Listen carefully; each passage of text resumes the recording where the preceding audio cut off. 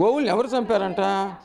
సనాతన హైందవ సాంప్రదాయం 1983లో తెలుగుదేశం పార్టీ పుట్టింది. ఎస్వి గోదాన trust, SV bird hospital, SV అన్నదాన ట్రస్టు, ఎస్వి గోశాల. ఈ యొక్క చరిత్రను ఒక్కసారి మీరు ఆలోచిస్తే హిందూ ధర్మాన్ని కానీ, హిందూ దేవాలయాలు కానీ, సనాతన ధర్మాన్ని కానీ ఎవరు పాటిస్తున్నారన్నటువంటి విషయం మీరు కానీ వెళితే ప్రతి గ్రామంలో కూడా, ప్రతి విలేజ్లో కూడా, హరిజనవాడలో కూడా హిందూ దేవాలయాలు కట్టించి తిరుమల తిరుపతి దేవస్థానం కళ్యాణం చేయించినటువంటి ఘనత టీడీపీ గవర్నమెంట్ది, మహాకూటమి గవర్నమెంట్ది. తిరుపతి దేవస్థానాన్ని అపవిత్రం చేసి స్వామివారికి పట్టు వస్త్రాలు తీసుకెళ్తానికి కూడా, డిక్లరేషన్ ఇవ్వడానికి కూడా సందేహించినటువంటి భూమన కరుణాకర్ రెడ్డి గారు మాట్లాడుతున్నారా? మహాకూటమి గురించినో, పార్టీ గురించినో, ప్రభుత్వ విధానాల గురించి మాట్లాడుతున్నారండి. చిన్నపిల్లలు చెబుతారు తిరుపతి దేవస్థానాన్ని మైనస్ చేసింది ఎవరండి?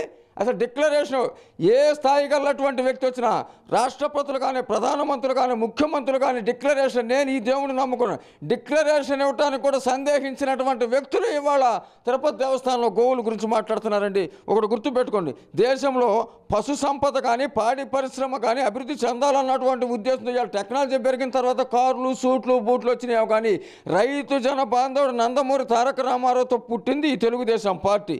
పాడి పశువులు కానీ, పశు సంపదను కానీ అభివృద్ధి చేయాలనే ఉద్దేశంతో పశు సంవర్ధక శాఖలో విప్లవాత్మకమైనటువంటి మార్పులు వేసి గోమాత అనేది మన యొక్క యావత్ ఆస్తి అని చెప్పి తెలియజేసిన తెలుగుదేశం గవర్నమెంట్. 2014 నుంచి 2019 వరకు కూడా భగవంతుడు అంటే తెలియని సందర్భంలో దివ్య దర్శన యాత్ర గ్రామీణ వాతావరణంలో, పల్లెల్లో కానీ, తండాల్లో కానీ, ఏజెన్సీలో కానీ, మైదాన ప్రాంతాల్లో కానీ 5 పుణ్యక్షేత్రాల దగ్గర తీసుకెళ్ళి వాళ్ళకి స్వామివారి కనులారా దర్శనం చేసుకునే భాగ్యం కలిగించారు. ఒక రాజమర్యాదలతో, వేద మంత్రాలు, పూర్ణ కుంభంతో స్వాగతం, రాజాశీర్వచనంతో తీసుకొని ఈ భగవంతుని మేము కనులారా చూసుకున్నామన్న దివ్య దర్శన యాత్ర కల్పించి తెలుగుదేశం ప్రభుత్వం కాదండి. ఒకవేళ ఏదైనా మానవ జన్మ ఎత్తిన తర్వాత జాతస్య మరణం ధ్రువ, మనిషి అయినా, జంతువైనా, ఆవు అయినా, సింహం అయినా, పాము అయినా కానీ కాలం చెల్తాయి. ఒకవేళ అన్ని అవయవాలు కరెక్ట్గా ఉన్నటువంటి నూరున్న మనిషే హాస్పిటల్ పాలు చనిపోతుంది. గోవులు చంపి ఆ పాపం చుట్టుకోవాలన్న ఉద్దేశం లేదు, రెడీగా కూర్చున్నారన్నమాట. ఈ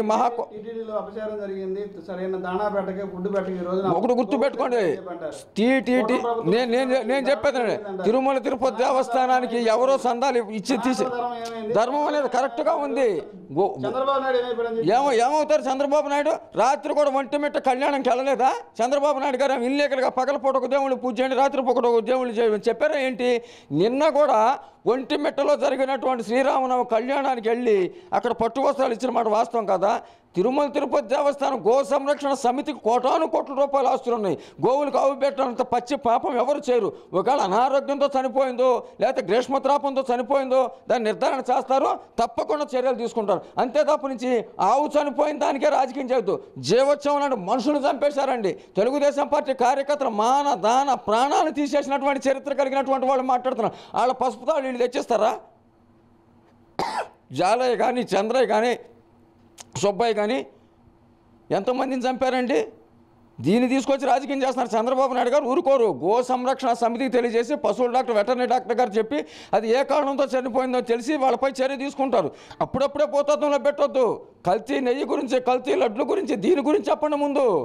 ఈ ఎవరెవరి పాత్ర ఉందో అదే సిట్ ఎంక్వైరీ అక్కడ కానీ జగన్మోహన్ రెడ్డి గారు జన్మదిన సందర్భంగా కానీ సుబ్బారెడ్డి గారు వారి జై జగన్ పాహిమాం అన్నట్టుగా ఉంటుంది. అంటే హిందూ ధర్మాన్ని వాళ్ళు మాట్లాడుతున్నారా? ఇది నిజం చెప్పండి. జగన్మోహన్ రెడ్డి గారు జన్మదిన సందర్భంగా తులాభారం తూగే సందర్భంలో టీటీడీ బోర్డు చైర్మన్ గారు సతీమణి జగన్మోహన్ రెడ్డి పాహిమాం అన్నారా లేదా? దైవం దగ్గరికి వెళ్ళిన తర్వాత దైవనామ స్మరణ రావాలి కానీ రాజకీయాలు రాకూడదు. కోట్లు సంపాదించి దాన ధర్మాలు చేసినటువంటి వాసిరెడ్డి వెంకటాద్రి నాయుడు గారి పేరు కూడా ఎవరు మాట్లాడు, ఒక్క మంత్రపుష్పం చెప్పేటప్పుడు తప్పుడు. అలాంటి వ్యక్తులను కూడా పక్కన పెట్టి జగన్మోహన్ రెడ్డి పాహిమాం అన్న మాట ఎవరన్నారండి? టీటీడీ బోర్డు చైర్మన్ గారు సతీమణి. నిజం చెప్పండి, అన్నారో లేదో కనుక్కోండి మీరు వెళ్ళి. అంటే ఏమవుతుందంటే సారు, ఏ దేశంలోనైనా ఒక రాజకీయ పార్టీ క్యాడర్ ఉంటుంది. తెలుగుదేశం పార్టీకి బలమైనటువంటి క్యాడర్ ఉన్నటువంటి చరిత్ర. దేశంలో అధికారంలో ఉన్నా, అధికారంలో లేకపోయినా వాళ్ళ ప్రాణాలు పణంగా పెట్టి పోరాడుతున్నారు. వాళ్ళు ఏమనుకుంటారు, ఏం ఆశించరు కార్యకర్తలు, మేము తెలుగుదేశం పార్టీలో ఉండటమే సుప్రీం, అధినాయకుడి నిర్ణయాలే శిరోధార్యం అంటారు. దయచేసి రాష్ట్ర ముఖ్యమంత్రిగా 7 కోట్ల మంది ప్రజానీకానికి, తెలుగుదేశం పార్టీ కార్యకర్తలుగా మాకు, మేము ఇల్లీగల్గా ఎక్కడ ప్రాధేయపడే పరిస్థితి లేదు.